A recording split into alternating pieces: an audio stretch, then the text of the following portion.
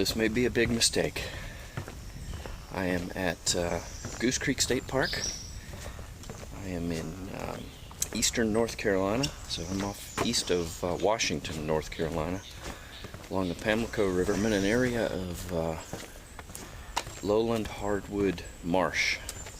Lots of live oaks, pine trees, Spanish moss, and lots of water, lots of bugs.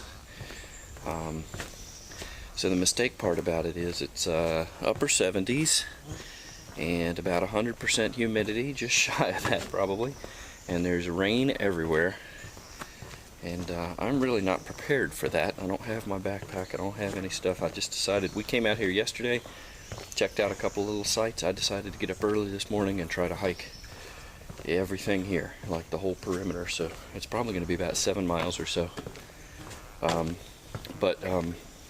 You know, I don't have all my stuff, and so this might turn into getting soaking wet out here in the woods with no way to get out of it. But you know, I decided a long time ago when I did this that I wasn't gonna not get out because of weather if it was still safe, just because you enjoy this in all seasons, you enjoy it in all conditions. So we'll see what we can do. For now, it all starts with this. I'm walking down a half-mile boardwalk through the swamp. Saw several snakes and crayfish in here yesterday, and I'll show you some of the shots we took yesterday as well. But hopefully we'll see some fun stuff today too.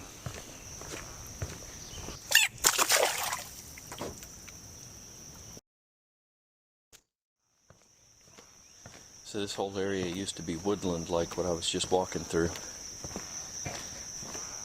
But this stretch was apparently torn apart by Hurricane Bertha, Hurricane Floyd, back in the late 90s, which absolutely just decimated eastern North Carolina and flooded everything. Apparently knocked all of the old growth trees, killed them as well. Whether that was saltwater intrusion or what, I'm not sure. But this area is now turned into a big wide open expanse, and given the chance for some of these shorter live oaks and some of your marsh grasses and cattails and things to start to come in and replenish. Well, the place doesn't disappoint. This early in the morning, I'm the first one out here. I've already seen a lot of wildlife. Frogs and birds mostly. Red-winged blackbirds. There's a lot of red-headed woodpeckers through here, and the pileated woodpeckers as well. But I also flushed a whitetail fawn back up in the marsh off the boardwalk, believe it or not. He was just sitting on a little tussock and jumped up and went tearing off through the water. So it's kind of neat. There's a lot of wildlife here. Eastern North Carolina is surprisingly wild. There's a lot of black bears here. I didn't know this, but there's a sanctuary. Don't know that it's designated, but this area in eastern Carolina is also home to the red wolf. It's the only place they live. A little bit bigger than a coyote, smaller than a gray wolf, timber wolf, kind of German shepherd size, but apparently there are populations of red wolf that hang out in these pine forests of eastern North Carolina, which I really didn't know. So hard to tell how recent it's been, but there was some sort of fire activity through here that just cleared out all the underbrush. Just charred the trees, but swept through probably quickly on the pine straw, cleared it all out. And now the young plants are starting to come back.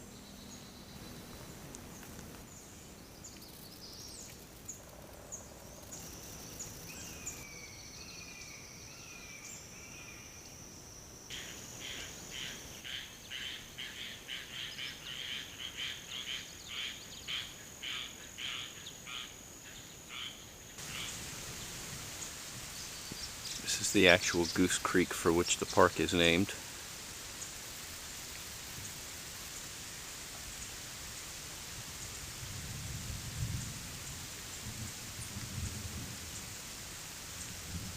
You can probably hear the distant thunder starting to roll in too. And it's drizzling now.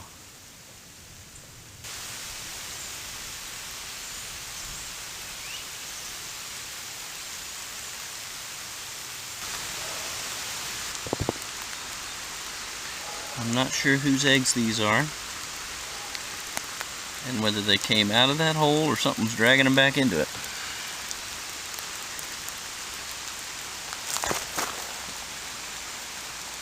But they got eaten, or they're hatched. It's interesting. Oh, there's more over here. Yeah, they're all split open. I'm thinking something hatched. Ow, something just bit the heck out of me. Yeah, actually I'm seeing 1, 2, 3, 4, 5, 6. They're sort of spread out all over. Snakes? Turtles? Don't know.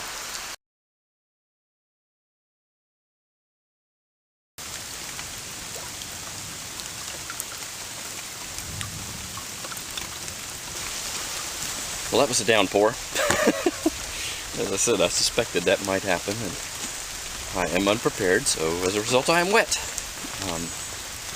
That's okay. The rain came down really hard, turned all these trails into rivers. I did see a couple of things I didn't get to take a picture of. One of them was Flatty Creek, which was nice. A little boardwalk out to a marshy creek, which was pretty, but it was in the middle of the downpour. And then saw a little mud turtle about the size of, I don't know, half a softball or so. And he was all holed up trying to stay dry, I guess. And then, yeah, as I think about those eggs, they were very elongated, which makes me think snake as opposed to turtle. But the size of that hole would have been perfect for one of those little mud turtles, so I don't know. Have to do some research there. Anyway, I'm wet. It's tapering off a little bit, but don't know that I'm out of the woods either figuratively or literally just yet. Oh, look, a deer.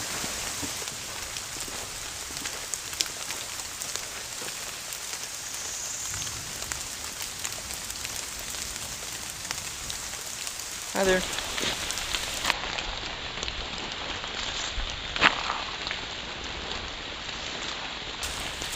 I seem to be finally getting a reprieve from the biting flies. I don't know what's changed for them. Maybe it's that the sun is slowly coming out now. I don't know. Anyway, just happy to be done with it. This is what a lot of the trail looks like after that rain.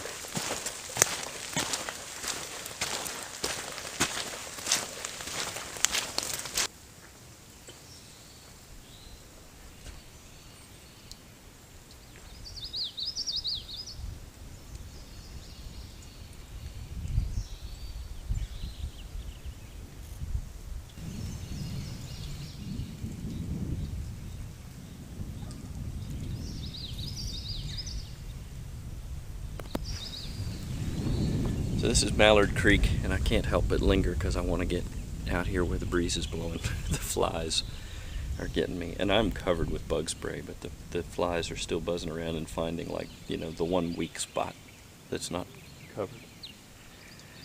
6¼ miles in to get to this point. From the Palmetto Boardwalk, I did a counterclockwise loop. It's kind of a flattened lollipop, and I'm back around to here. I'm getting ready to sort of hit the home stretch, the Tar Kiln Trail, which will link me back into that boardwalk and then back towards the parking lot. So I may wind up 7½, even close to 8 before it's all said and done.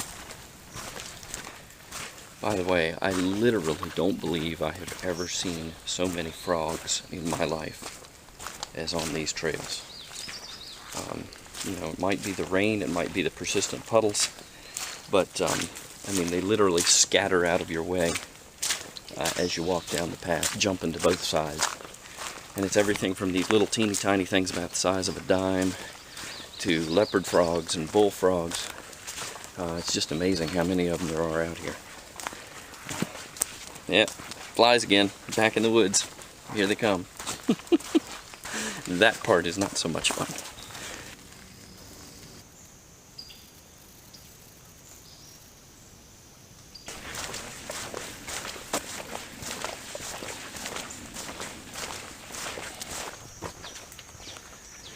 Well, I've come full circle. Back onto the Palmetto Boardwalk.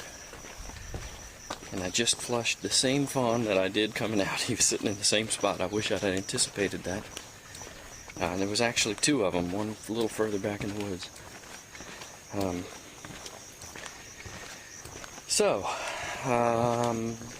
Going to be about 8 miles with a full loop. And all the little spurs to Flatty Creek and Mallard Creek. Beautiful little spot. Thunderstorms notwithstanding, biting flies notwithstanding. Although, next time I come here, or advise anybody who comes here, bring the bug spray with you. Don't leave it in the car like I did. I think partly because it just wears off, partly because the storm and the rain washed it off, diluted it, whatever. I got bit up pretty bad by the biting flies here towards the second half. Spots where there weren't any at all, and spots where they were just swarming my head. Annoying, and they hurt when they bite. So, anyway, aside from all of that, pretty place, lots of wildlife, frogs, turtles, lizards. Didn't see any snakes this time, but like I say, I saw 2 of them yesterday, black rat snakes. But there's others here, rattlesnakes, corn snakes, hognose, cottonmouth, copperhead, and then deer. There are black bear around. Didn't see any of those. Raccoons, possums. It's just a lot of stuff here, and I surprised how much of it I saw. More than typically on one of these walks, and I think the sheer volume of frogs gave me that sense of it just being, full of animals, because they were just everywhere and all different types, hopping around like mad. So, and the environment is interesting. I mean, you go from marsh like this to a wooded marsh to just bottomland longleaf pine and live oak, which is it's nice. And I learned something a little bit about the pine tar industry. I don't know if you heard that bullfrog jump. Pine tar industry, and I always wondered why North Carolina was called the Tar Heel State, and now I know. It's harvesting pine tar and turpentine and resin out of all these longleaf pines, and it was crucial to the naval industry to caulk up ship planking and whatnot, particularly in the 19th century. So, yeah, interesting place. Glad I did it. So, correction, I did see a snake. As you saw there, it was a red-bellied water snake. And sort of brought up an interesting point. One way you can tell those snakes from the cottonmouth, which is venomous, is that, as you saw, those water snakes, when they swim along, their bodies sink. Not to mention they had kind of a tapered head and narrow body. Cottonmouths are a heck of a lot thicker. Cottonmouth equals water moccasin. They're a heck of a lot thicker. They got a triangular head. They've got that elliptical pupil and kind of that pit viper sinister look about their eyes. And when they're swimming, their whole body floats on the surface. That snake was clearly not doing that, which means he was harmless. So yet another wildlife sighting, and a good wrap up to a good morning.